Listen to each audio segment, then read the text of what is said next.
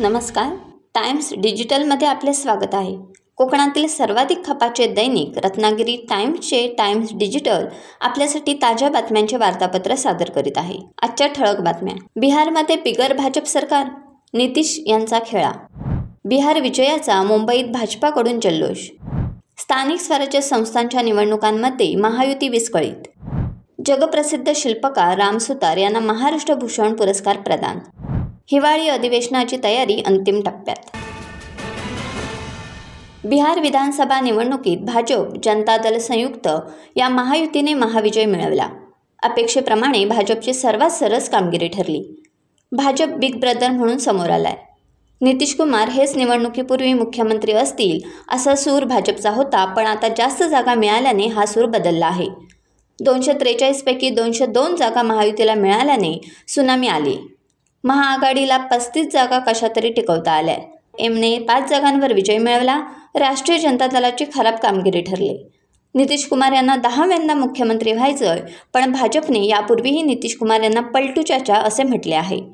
नितीश कुमार यांना 37 जागांची गरज आहे आणि विरोधकांकडे या जागा आहेत. त्यामुळे बिहारमध्ये बिगर भाजपचे सरकार अस्तित्वात येऊ शकते असे राजकीय समीक्षकांचे मत आहे.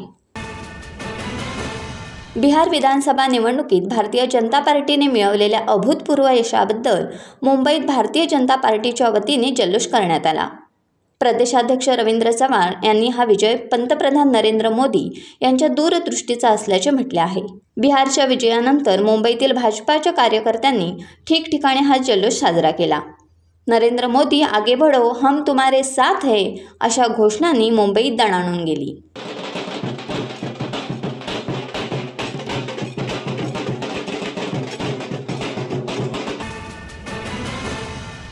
स्थानिक स्वराज्य संस्थांच्या निवडणुकांमध्ये महायुती अंतर्गत वाद निर्माण झाला आहे.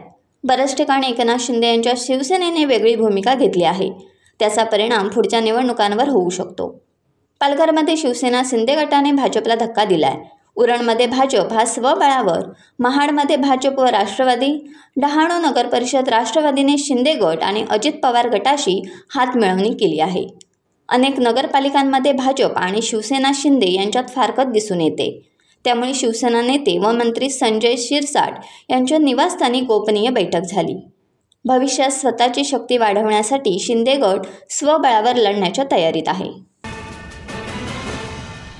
विख्यात शिल्पकार राम सुतार यांनी आपल्या शिल्पांच्या माध्यमातून महाराष्ट्रासह देशाचा नावलौकिक जगभरात वाढवला आहे. त्यांनी घडवलेली शिल्पे इतिहासाचे साक्षीदार असून त्यातून अभिव्यक्त होणारा वारसा शेकडो वर्ष अबाधित राहील अशा शब्दात राज्याचे मुख्यमंत्री देवेंद्र फडणवीस यांनी प्रसिद्ध शिल्पकार राम सुतार यांचा गौरव केला.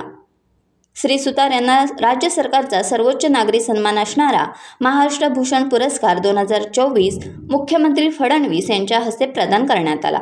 त्यावेळी ते बोलत होते.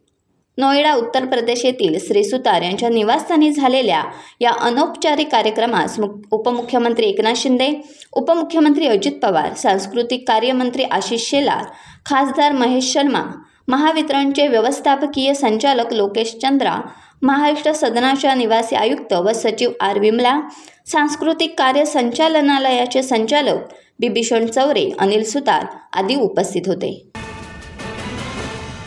महाराष्ट्र विधानमंडळाच्या हिवाळी अधिवेशनासाठी विविध विभागांकडे सोपवण्यात आलेली जबाबदारी यशस्वीपणे पूर्ण करावी. विधानमंडळ सचिवालयाचे कामकाज येत्या 28 नोव्हेंबरपासून नागपूर येथे सुरू होत आहे. त्या दृष्टीने निवास व कार्यालयीन व्यवस्थेसंदर्भातील सर्व कामे तातडीने पूर्ण होतील या दृष्टीने नियोजन करावे अशा सूचना महाराष्ट्र विधानमंडळाचे सचिव डॉक्टर विलास आठवले यांनी दिल्या आहेत.